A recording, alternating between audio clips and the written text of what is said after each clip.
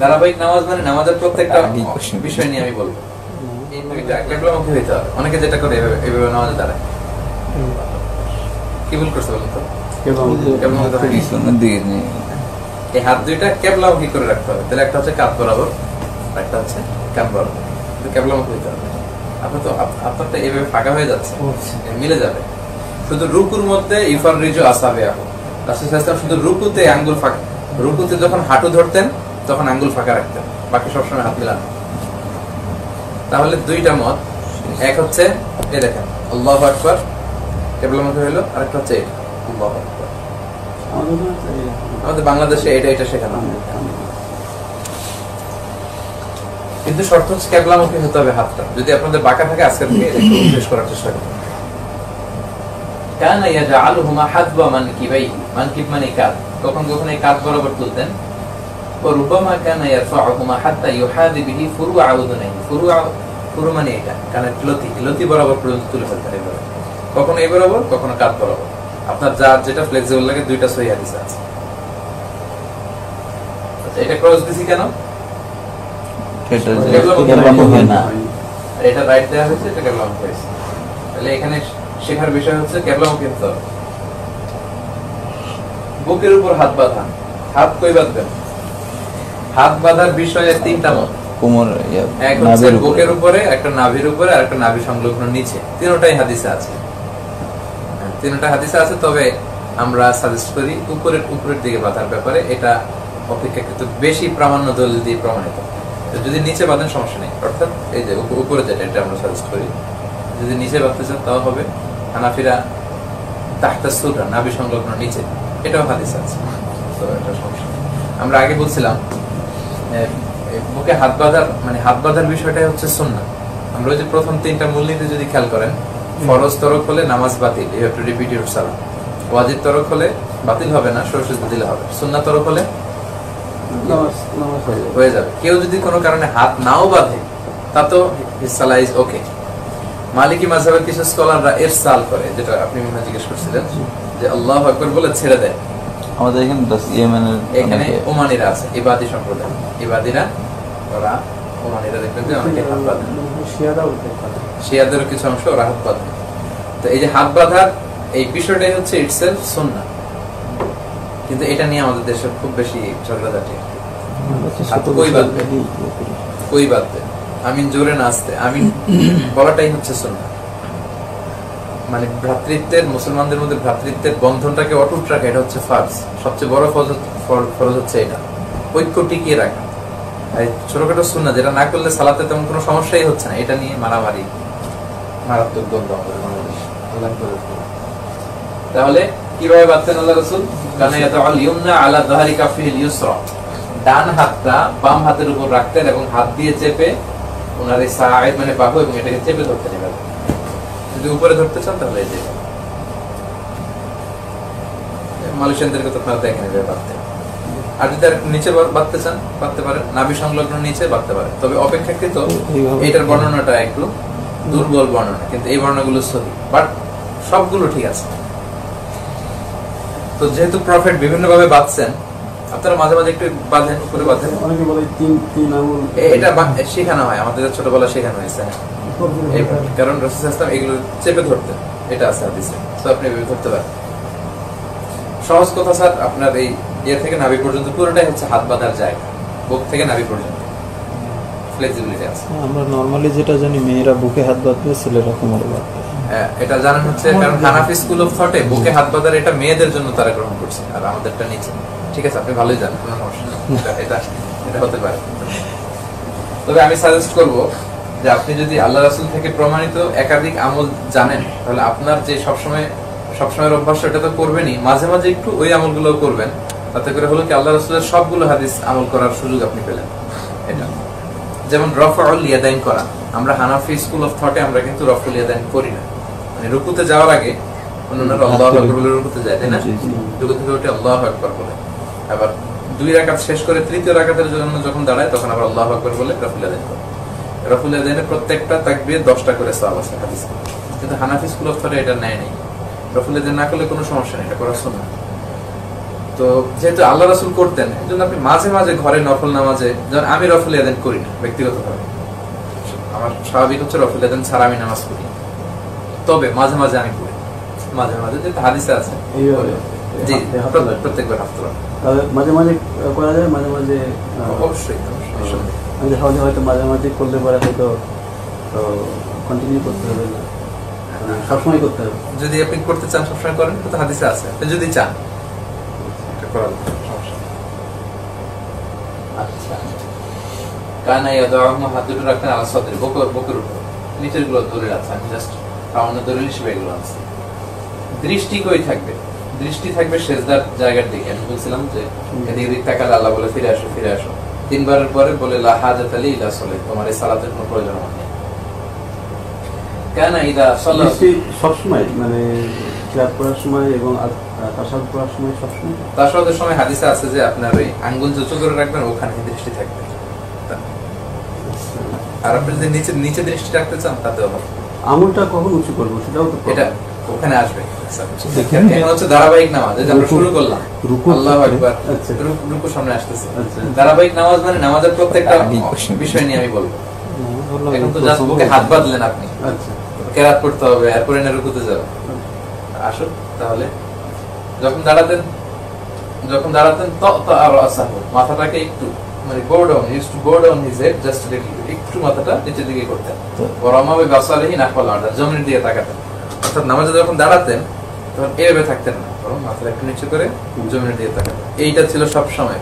এই সেজদার জায়গা থেকে কখনো আপনার দৃষ্টি নড়বে না, মানে এদিক ওদিক এগুলো করা যাবে। সেজদার দিকে সবসময় চোখ থাকবে। সেজদা হচ্ছে দৃষ্টি নিবন্ধনের জায়গা, দৃষ্টি নিবন্ধকরণ গেল। এরপরে যাই সালাত শুরুর দোয়া। আমরা শুধু মানে বাংলাদেশে এটাই আল্লাহ রাসূল এই সবগুলো দোয়া করতেন। অনেকগুলো পরে কারণ দেরি হয়ে দেরি হয়েছে। আর এগুলো হচ্ছে স্যার আমরা সাজেস্ট করি নফল এবং সুন্নাত নামাজে পড়ার জন্য বলি। ফরজ নামাজে হয়তো ইমাম সাহেব বেশি সময় নাও দিতে পারে, অনেক সময় দেন, আলহামদুলিল্লাহ বলে শুরু করে দেয়। এগুলো আপনি পড়বেন আসলে নফল নামাজ, অনেক সুন্দর সুন্দর। আল্লাহুম্মা বাঈদ বাইনি ওয়া বাইনা খাতায়ায়া কামা বা'আতা বাইনাল মাশরিক ওয়াল মাগরিব, মানে হে আল্লাহ প্রাচ্য পাশ্চাত্যের মধ্যে তুমি যত দূরত্ব রেখেছো আমার আর আমার গুনার মাঝে এত দূরত্ব করে দাও, মানে আমার গুনাহকে সরায় দাও অনেক দূর। আমি প্রাচ্যে, আমার গুনাহ থাকবে পাশ্চাত্যে। এটা শেষ হয় না, এটা অনেক বড়। আচ্ছা, মানে বরফ দিয়ে সাদা দুধ দিয়ে আমাকে তুমি গোসল করিয়ে আমার পাপ, এরকম সুন্দর সুন্দর কথা আছে, চাইলে আপনারা পড়তে পারেন। এগুলো বলা হয় সানা, সানা মানে প্রশংসা। পুরোটা কোথায় পাওয়া যায়? এগুলো তো এই যে সালাতের বইতে পাওয়া যাবে, বইতে অবশ্যই পাওয়া যাবে। এটা অনেকের মুখস্থ আছে, লাল কালি দিয়ে রাখছে এর জন্য। আমরা মুখস্থ পারি কি ওটা তো পড়ি, ওটা হ্যাঁ ওইটা যদি আরো বেশি পড়তে চান আমি এগুলো সাজেস্ট করছি। আমাদের বাংলাদেশে যে সমস্যাটা হয় এটাকে যায় না আমাদের দাঁড়ানোর দোয়া বলে, আপনাদের এলাকায় বলে কিনা? হ্যাঁ, আমরা শিখে গেছি, জায়নামাজের দোয়া শিখেছি। আল্লাহ রাসূল কখনো জায়নামাজে বা মুসল্লায় দাঁড়িয়ে এই দোয়াটা পড়তেন না। তিনি আল্লাহু আকবার বলে সালাত শুরু করে তারপর পড়তেন ওয়াজহাতু ওয়াজহিয়া লিল্লাযী ফাতারা। তার মানে এটা তাকবীর তাহরিমের পরে পরে এগুলো সানা। সানা মানে হচ্ছে ওয়াজহাতুর আগে আবার ইন্নী যোগ করে পড়তাম, ইন্নী ওয়াজহাতু, কোরআনের আয়াত থেকে নেয়া ইন্নী ওয়াজহাতু। এটা সাইয়েদনা ইব্রাহিম আলাইহিস সালাম পড়ছিলেন, তো সমস্যা নেই, ওয়াজহাতু অথবা ইন্নী যোগ করে পড়েন, কিন্তু এটা পড়বেন তাকবীর তাহরিমের পরে, মুসল্লায় দাঁড়িয়ে কখন করবেন তাহলে ভুল হয়ে যাবে। আরেকটা দোয়া পড়তেন এই আয়াতটা, ইন্না সালাতি ওয়া নুসুকি আলহামদুলিল্লাহ হামদান কাসীরান তাইয়িবান, এগুলো পড়তেন। কিরাত অনেক মতানৈক্য আছে, আমি সহজে আপনাদেরকে বলি। কিরাতের বিষয় হচ্ছে ইমাম যখন আওয়াজ করে পড়বে আপনি তখন চুপ করে শুনবেন, আর ইমাম যখন চুপ থাকবে আপনি তখন পড়বেন। কেরাতের ফাতিহা পড়তে হবে কি ইমামের সাথে হবে না, কি করবে না করবে, সব ইখতিলাফের মূল কথা হচ্ছে এটা। ইমাম পড়লে আপনি শুনবেন, কারণ কেরাত চললে শোনা ফরজ, আর ইমাম চুপ আপনার পড়া শুরু। এবার আসেন আমি দেখি যে এখানে অনেকে ওই যে ইমাম যখন আপনার সূরা ফাতিহাটা শেষ করে ফেলে ওই সময় আবার মুক্তাদি যারা আছে তারা আবার আলহামদুলিল্লাহ সূরাটা পড়ে থাকে। ওটা শাফি স্কুল অফ থটে তারা সাজেস্ট করে এবং এটা তারা করে। মনে করে আমাদের দেশে আমরা যে এটা লা করি না, সালাতা আমরা কিছু লিমান করি। লাম ইয়াকরা বিফাতিহাতিল কিতাব, যারা সূরা ফাতিহা পড়ে না তাদের সালাত হবে না, তারা ওই মতের কারণে। আচ্ছা, এই সবগুলো হাদিসকে এনে আমি লাস্টে যে কথাগুলো আর প্রশ্ন আমরা পরে নিব, সেটা হচ্ছে যেমন ধরেন ফজরের 2 রাকাতে ইমাম আওয়াজ করে পড়ে না সূরা ফাতিহা এবং অন্য সূরা, আপনার পড়ার সুযোগ নেই, কারণ আপনি তো শুনবেন। কিন্তু ইমাম যখন টাইম দিচ্ছে টাইম দিলে আপনি পড়তে পারেন, সূরা ফাতিহার পরে যদি সময় দেয় আপনি পড়তে পারেন, কিন্তু সময়টা আবার খুব অল্প দেয়। অল্প দেয়, তখন আবার কিছু ইমামের আপনি হারাই ফেললেন। তাতে অর্ধেকটা পড়ে পরে আবার তো সব পড়তে হবে। এজন্যই আমি স্যার এটা বলছি যে ইমাম পড়লে আপনার পড়ার দরকার নেই, আপনি শুনবেন, আর ইমাম চুপ থাকলে তাতে যদি অর্ধেক পড়া হয় তাহলে ঠিক আছে, কোনো প্রবলেম নেই, কারণ আমার তো কমপ্লিট হচ্ছে না, ওদিকে তো ইমাম শুরু করে দিয়েছে। এজন্যই আমি বলি যে ইমাম পড়লে আপনার পড়ার দরকার নেই। আচ্ছা, অনেক স্কলাররা এই মতামতটাকে জমহুররা এটা বলছেন যে এটা সবচেয়ে মধ্যম পন্থা, এবং হাদিসে এটা আছে। আমি দলিল স্যার একটাও বলি নেই, এই দলিল এখানে আমি শোনাবো। আর এবার আসেন জোহরের 4 রাকাত সালাতে ইমাম কি পড়ে কিছু শুনেন? তাকবীর ছাড়া শোনা যায়, তখন আপনি পড়বেন, মানে আপনি পড়তে পারেন চাইলে, পড়াই উচিত, কারণ আপনি কিছু না পড়লে আপনার কনসেন্ট্রেশন থাকবে না, তখনই অন্যদিকে মন চলে যাবে। কিছু একটা দায়িত্ব নিয়ে যখন আপনি পড়বেন তখন ইউর উইথ সালাহ, আপনি নামাজের সাথে আছেন। তাহলে ওই ইভেন অন্য সূরা অ্যাডও করা যায়, অন্য সূরা অ্যাড করবেন, সূরা ফাতিহার পরে এবং অন্য সূরা অ্যাড করবেন, অ্যাজ ইফ দেন আমরা একাই মনে হচ্ছে যেন পড়ছে। ক্লিয়ার? মাসালাটা কি ক্লিয়ার? আচ্ছা, এটা দলিলটা একটু শুনি। সিররি সালাতে মুক্তাদির যে কিরাত করার বৈধ, জাবের রাদিয়াল্লাহু থেকে বর্ণিত, তিনি বলতেন যে কুননা নাকরাউ ফি যুহরি ওয়াল আসরি খালফাল ইমাম, আমরা ইমামের পেছনে রাসূলের জামানায় যোহর আসরের সালাতে পড়তাম, ফির রাকাতাইনিল উলাইন, যোহর আসরের প্রথম 2 রাকাতে পড়তাম বিফাতিহা ওয়া সূরা, সূরা ফাতিহা এবং আরেকটা সূরা, ফিল উখরাইন বিফাতিহাতিল কিতাব, এবং শেষ 2 রাকাতে শুধু সূরা ফাতিহা পড়তাম, যেটা ফরজ, ফরজের শেষ 2 রাকাত সূরা ফাতিহার সাথে অন্য সূরা পড়া। তার মানে জোহর আসরের সালাতে ইমাম যেহেতু চুপ, মুক্তাদিরা আমরা এটা পড়তে পারবো, ওনারা পড়তেন। এই সবগুলো হাদিসের মূল কথা ওইটা, যেটা আমি সহজে আপনাদেরকে বললাম। ইমাম চুপ থাকলে আপনি পড়বেন, কারণ আর ইমাম পড়লে আপনি চুপ থাকবেন, কারণ ওয়াইদা কুরিআল কুরআনু ফাসতামিউ লাহু ওয়া আনসিতু লাআল্লাকুম তুরহামুন, যখন কোরআনের তেলাওয়াত হয় তখন তোমরা মনোযোগ দিয়ে শোনো, এতে তোমাদের উপর রহমত নাযিল হবে। ইমাম যখন পড়েন তখন আপনি পড়বেন, আপনাকে শুনতে হবে। বিষয়টা ক্লিয়ার না? প্রশ্ন থাকলে পড়ে নেবেন। সূরা ফাতিহা শেষে আমিন বলা, আমিন ইয়াজহারু ওয়া ইয়ামুদ্দু, আওয়াজ করে আল্লাহ রাসূল বলতেন, পুরো সাহাবারা সবাই বলতেন, পুরো মসজিদ দরজা কেঁপে উঠতো, এরকম আওয়াজ করে ওনারা বলতেন। আর আমাদের হানাফি স্কুল অফ থটে এটা আস্তে বলতে বলেন, তো সমস্যা নেই, আস্তে বলেন বা জোরে বলেন, আমিন বলা সুন্নাহ, কোনো কারণে কেউ আমিন না বললেও সমস্যা নেই, ওকে? তবে বলবেন, কারণ আল্লাহ রাসূল বলছে ইদা আম্মানাল ইমাম আমিন, ইমাম আমিন বললে তোমরাও আমিন বলো, কারণ তোমরা যখন আমিন বলো আকাশের ফেরেশতারা তখন বলে আমিন।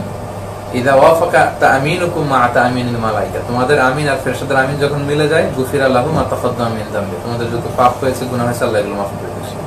তো এই সুন্দর সুন্দর অফারগুলো মিস করা ঠিক হবে না, আমিন বলতে যাতে আমরা অভ্যস্ত হই। এখানে তো আলহামদুলিল্লাহ সবাই আওয়াজ করে বলে, আমরা বলি। ভালো, সূরা মিলাবেন, সূরা ফাতিহা পড়ে ফেললেন, আমিন বলার মধ্যে দিয়ে শেষ করলেন, এরপরে আপনি একটা সূরাও পড়তে পারেন, একাধিক সূরাও পড়তে পারেন, এটা তো ক্লিয়ার না? প্রত্যেক রাকাতে এমন না যে সূরা ফাতিহার পরে শুধু আলাম তারা পড়েই আমি রুকুতে যাইতে হবে না, আপনার মন চাইলে আলাম তারার পরে আপনি মানে সূরাতুল ফিলের পরে সূরা কুরাইশ পড়লেন, মাউন পড়লেন, 3-4টা সূরা পরে একটা কাজ শেষ করলেন, এটা ওকে, ক্লিয়ার? কিন্তু অর্ডারটা মেইনটেইন করতে হবে, অর্ডারটা মেইনটেইন করা সুন্নাহ, কোরআনে যেভাবে আছে এই অর্ডারটা মেইনটেইন করা সুন্নাহ। আর কোন কারণে সুন্নাহ ভায়োলেট হলে কি হবে? নামাজ হয়ে যাবে, নামাজ হয়ে যাবে, কিছু হবে না। কিন্তু অর্ডারটা তো রাসূলুল্লাহ সাল্লাল্লাহু আলাইহি ওয়াসাল্লাম ছিল না, অর্ডারটা তো কোরআন শরীফে যেটা, এটা তো সুন্নাহ, তখন রাসূলুল্লাহ তো কোরআন শরীফ পড়িয়ে তো কম করে সব সমাধান বিকৃত ছিল, রাইট? আচ্ছা, আর সূরা পড়ার ক্ষেত্রে বড় এক আয়াত দিয়ে এক রাকাত পড়া যাবে, অথবা ছোট 3 আয়াত দিয়ে, এগুলো আশা করি আপনারা জানেন। ছোট 3 আয়াত যেমন সূরা রহমান, তাবি আয়াল রাব্বিকুম তুকাজ্জিবান, একাত হবে, এরকম 3 আয়াত দিয়ে হয়ে যাবে। শুধু এতটুকু, আর রহমান আল্লামাল কোরআন খালাকাল ইনসান, আল্লাহু আকবার হবে, এটা সুন্দর হচ্ছে না? ওয়া সামাইজাতিল বুরুজ, অনশন লকজার থেকে এরকম করে, মানে এটা হলো মিনিমাম ক্রাইটেরিয়া। জি, একটা সেগমেন্ট হতে হবে, যে সেগমেন্টে কোরআনের পুরো আলোচনাগুলো এক সেগমেন্ট করে ভাগ করা, মানে আল্লাহ এখানে জান্নাতীদের জাহান্নামীদের একটা সুন্দর আলোচনা, এরপর আদমের কাহিনী শুরু করছেন, এরপর আবার ন্যাচারাল ফেনোমেনা, এরপর কিছু কসমিক সিম্বলস নিয়ে কথা বলছেন, এরপর আবার প্রিভিয়াস হিস্ট্রি, এরপর কবরের আযাব। তো আমরা বাঙালিরা অর্থ না বোঝার কারণে এমন জায়গা থেকে শুরু করি, এমন জায়গায় শেষ করি, মানে তালগোল পাকা ফেলাই। তো আরবদের নামাজে দেখবেন যে ওরা একটা বিষয় নিয়ে, কেমন যেন এই রাকাতে আমি একটা বিষয় সম্পর্কে শুনলাম, আর দ্বিতীয় রাকাতে আরেকটা ঘটনা নিয়ে কথা বলবো, যে পুরো সেগমেন্টটা পূর্ণ করা হচ্ছে নিয়ম।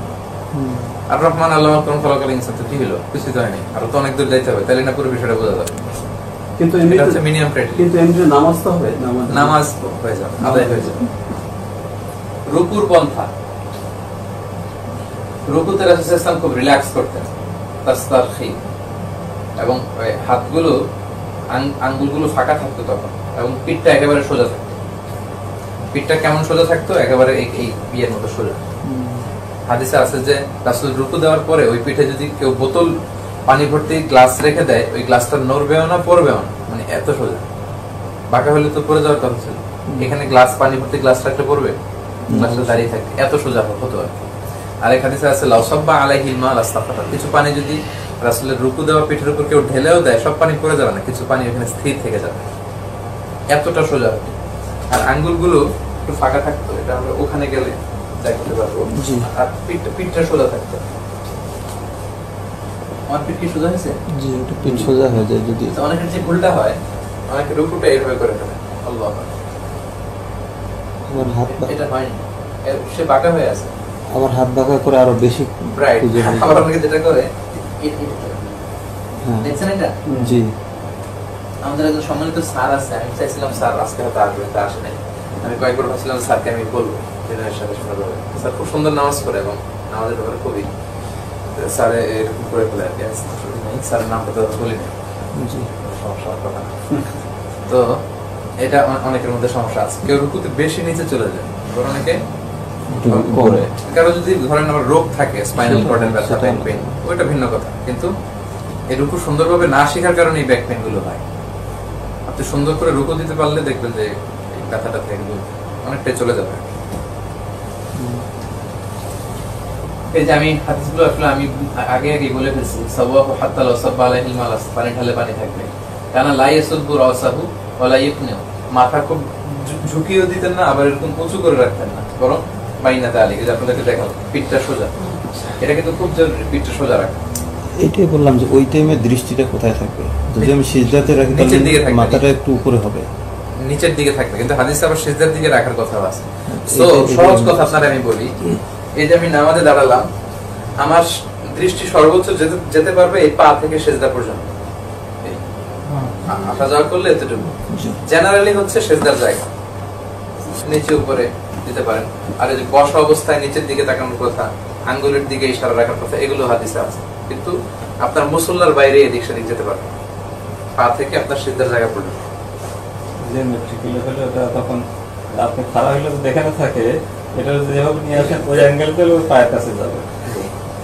তো ওইটা তোমার সমস্যা হওয়ার কথা না, পায়ের দিকে যদি তাকাই বা এখানে তাকাই, এতটুকু জায়গা তাকানোর জন্য মাথা ঘুরানোর প্রয়োজন হয় না, কারণ এট এ গ্ল্যান্সে এই জায়গাটা দেখা যায়।